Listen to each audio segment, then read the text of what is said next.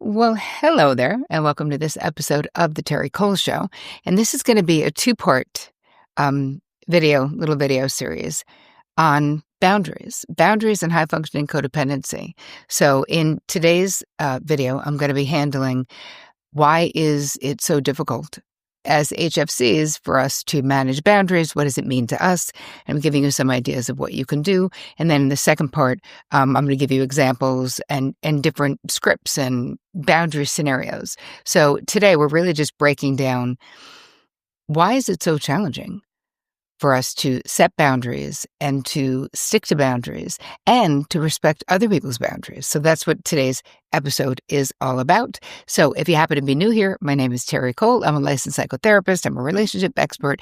I'm the author of Boundary Boss, the Boundary Boss Workbook, and Too Much, a guide to breaking the cycle of high-functioning codependency, which you can get at hfcbook.com. All right, you guys, nearly 69% of you that watch these videos regularly are not subscribed.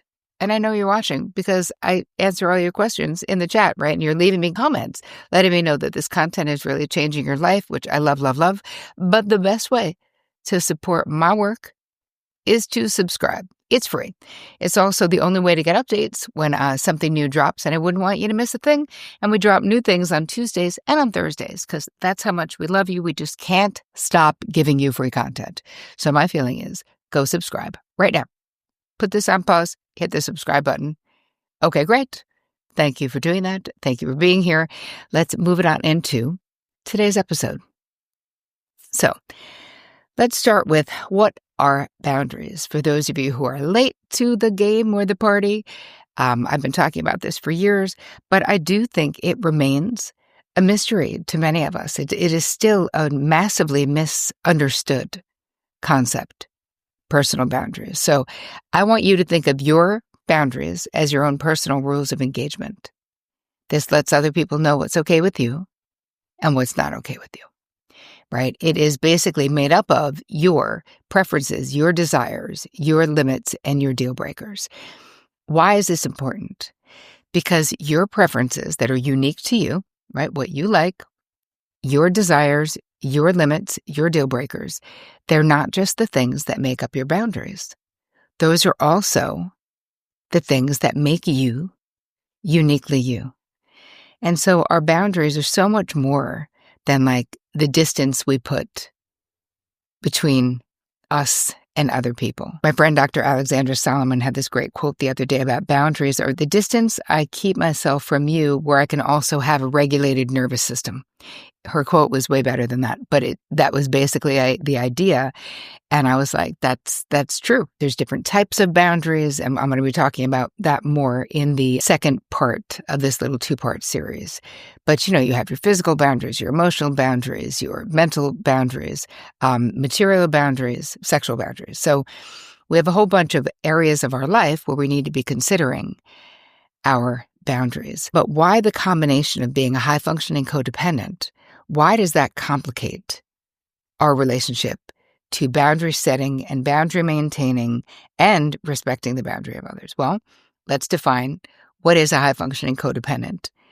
This means that you are overly invested in the feeling states, the outcomes, the situations, the relationships, the finances, the careers of the people in your life to the detriment of your own internal peace. Right? Maybe it could be your psychological well-being, your financial well-being, because sometimes we're giving people money, but we really can't afford to. If you say a lot, I got it, or I have to be the one to do it, then you probably identify as being an HFC, which is a high-functioning codependent. So if we look at the intersection of boundaries and HFC-ness, why is it important? Well, codependent relationships are built on disordered boundaries, right? That's the foundation of any kind of codependent relationship, whether it's garden variety codependency or high functioning codependency. You're talking about it is a relational issue. It is about the way you are relating to other people and to yourself. What are we really seeking in being HFC? Well, It's an overt or covert bid, desire, attempt to control other people's outcomes. That's really what being a high-functioning codependent is. And I think that boundaries for a lot of people still have a bad rap, as if to have healthy boundaries or to assert your boundaries, you have to be mean, you have to be selfish, you have to be inconsiderate.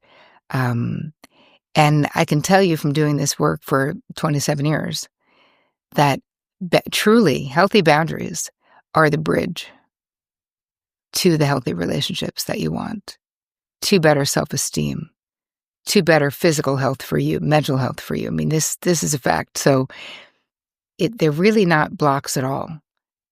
They're also the bridges to deeper intimacy in your relationships, right? Because when you tell the truth about your limits, about your preferences, about your desires, you're letting the people in your life really know who you are. And so much of the time, when we're HFCs, we're going through the motions, right? We're kind of on autopilot with all of our doing and taking care of and making sure everyone has what they need. And when we're doing that, are we being authentic?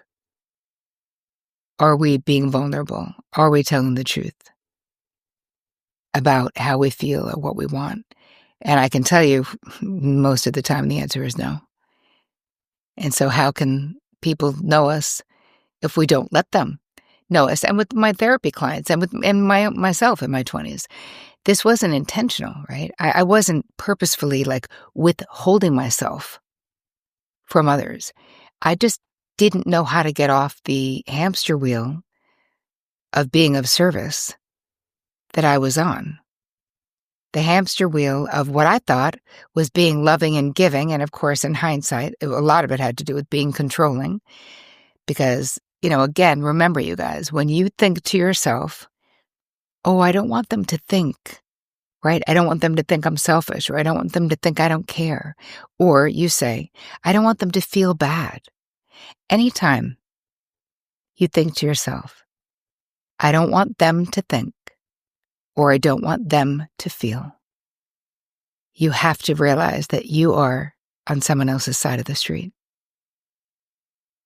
Because it's hard enough for us to get a handle on what we think and what we feel. Trust me, that is a full-time job. But when you're a high-functioning codependent, you are so dialed into, a lot of times it's what we think other people think and feel. It's a fear. Most of the time it's a projection. But it doesn't matter, because what it's doing is it's taking away time for us relating to ourselves in a healthy way, right? Because when you think about it, why do HFCs have such a hard time with boundaries? Well, part of it is that we are so outwardly focused, right? We're so focused on other people. We're so focused in our environments. And I'm going to go through some of the HFC traits and just relate them to boundaries, just so that we have a more clear picture of this. But think about it. What are we often doing? We're often putting other people above ourselves, right? So we're not even in touch with our needs. Because if you had asked me when I was 26 what I needed or what I wanted, I just wanted everyone to be happy. I just didn't want there to be any problems. I just didn't want there to be any conflict, But that's not the same as knowing what I actually needed. And I also think that a lot of us were taught that if we had needs or if we put ourselves first, that we were being selfish. We're used to self-sacrificing, because that's also part of what we've been doing. We minimize anything that is disappointing to us because we're like, I don't want to make a big deal out of nothing, right? It's so easy to do those things, especially when you've been trained to do them. And I think that so much of the time we just didn't have healthy boundaries modeled for us. We didn't know what they were because no one taught us that. What they did teach us, though, that being nice and being agreeable and being helpful, these were all very socially sanctioned behaviors. And so moving away from that, so much of this process and so much of what I'm teaching about, writing about, all the things I'm doing, is about unlearning these learned behaviors or these limiting beliefs, because that's really what they are. Another thing that we struggle with a lot of times as HFCs is we have difficulty accepting other people's boundaries or respecting other people's boundaries, right? Because think about how much of the time you're anticipating other people's needs or anticipating what needs to get done. And so much of the time making assumptions around what other people need or want. We're really overstepping their boundaries, but we just don't see it that way. Right? Because we're like, but I'm helping. And again, if someone isn't asking you to help, if someone doesn't want you to help, are you helping or are you just doing what you want to do? You know what I mean? We also don't consider other people's sovereignty when we're auto-advice giving, which is one of the behaviors we're going to be talking about. In the guide to this episode, I'm going to give you an assessment guide that will help you just, so that you can get a black and white picture for yourself of where you are in this process. Let's look at some of the traits and see where they intersect with disordered boundaries, right? Overgiving. That's having disordered internal boundaries. Always feeling like you have to fix other people's problems. A lot of times, even if they haven't asked you, again, a boundary issue, right? Auto-advice giving, a boundary issue. Being overly self-sacrificing, a boundary issue. Because again, that's an internal thing, because what happens when we're overly self-sacrificing, that's really a form of self-abandonment. And how do we feel after doing that? Bad, mad, pissed off, unimportant, feel like people are taking advantage of us. It's interesting how years ago, I remember talking to my therapist and talking about someone being entitled. I just couldn't believe this friend was asking me to do this after I'd already done so much for her and blah, blah, blah. And my therapist was like, is that person entitled? Or have you just been serving yourself up on a platter? Like, you're not saying no. You're not telling the truth about your limits. And then you're pissed about them asking. And she was like, Terri, people can and will ask you to do the most ridiculous, like people can and will. Because here's the thing, takers are going to take and givers are going to give. So let's not get caught up in the wrong part of the equation, which is like, why would someone ask me to do that? She's like, who the hell cares? The only question is, if you don't want to do it, are you going to assert the truth about how you feel that you don't want to do it? And it's like, wow, it took the whole, because it could be so distracting. Do you know this side conversation, this talking about other people, this being like, Betty's got some nerve, right? That does nothing for our mental health. And we'll never know. Another question, a lot of my therapy clients would always want to know, why would someone do that? Ex-boyfriend, ex-girlfriend, someone being mean, whatever it is, Why? Dude, that is the wrong question, because we're never going to have an answer to why other people do what they do. Even if they give us, it won't make sense to us, right? But that's also, again, part of getting healthy and being more psychologically and mentally well is knowing what questions are ours to answer. And why someone else is doing some is not one of them. What am I going to do? That's definitely one of them. Back to the traits of HFC and the boundaries where they intersect or they overlap, is you have auto-accommodating, which is also a disordered boundary. Right? I'm doing something in the wild. I told you guys the story of being in the hair salon and, having the backup at the sink and me laying in a sink with like a mask on my hair and feeling stressed out of my mind because it's like, now people are waiting for the sink. I don't want them to think I'm a jerk. Again, I'm trying to auto-accommodate to my environment and asking the assistant if I should move because they need the sink, and her saying, we're fine, we got it covered. But the point is, in that auto-accommodating to my atmosphere, to what was happening in my environment, what I wasn't doing was focusing inward. I was taking responsibility for something that wasn't mine. And this is what we do when we auto-accommodate, which is why healthy boundaries are such an incredibly important part of our recovery from HFC. We have the over and under functioning dynamic also, which creates really disordered boundaries in relationships. So if you're someone who is always like, I got it, I can get it. No, I'll stop at the dry cleaner. Don't worry. I'll do it. It starts to be uneven. And then you have one person doing so much more of everything to keep the relationship afloat. And that creates resentment for both people because nobody likes to feel managed, right? The person who's not getting to do anything.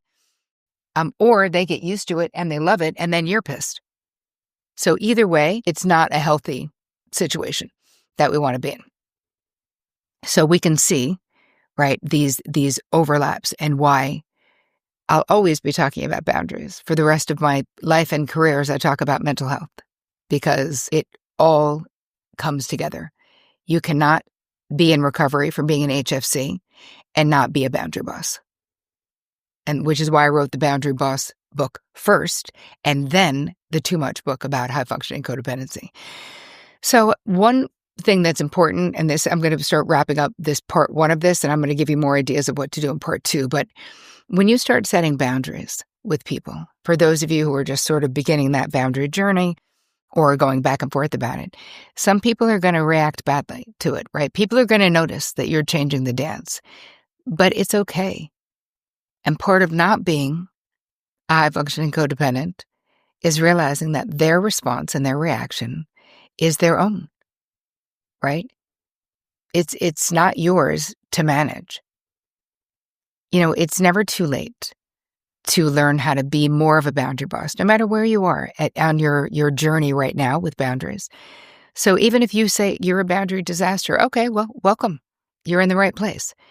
Because you can always go from where you are to somewhere better when it comes to boundaries and codependency. So no judgment, right? This is learned behavior, you guys, and you learned it and you can unlearn it as well.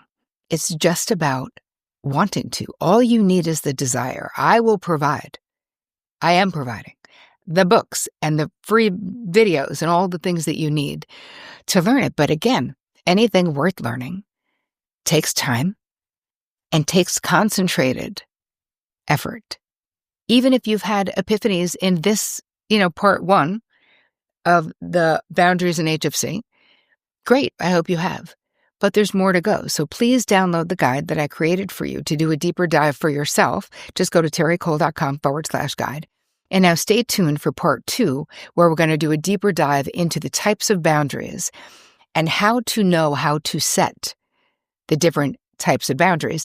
And in the guide, I'm also going to have downloaded boundary blueprint questions for you to help you gain clarity on your particular and specific relationship to boundaries.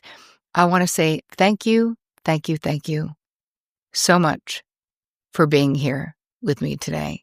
I so appreciate you. And you guys, if you love this, if this works for you, if you like this style, join my community. Go to terricole.com/TCM for Terri Cole membership.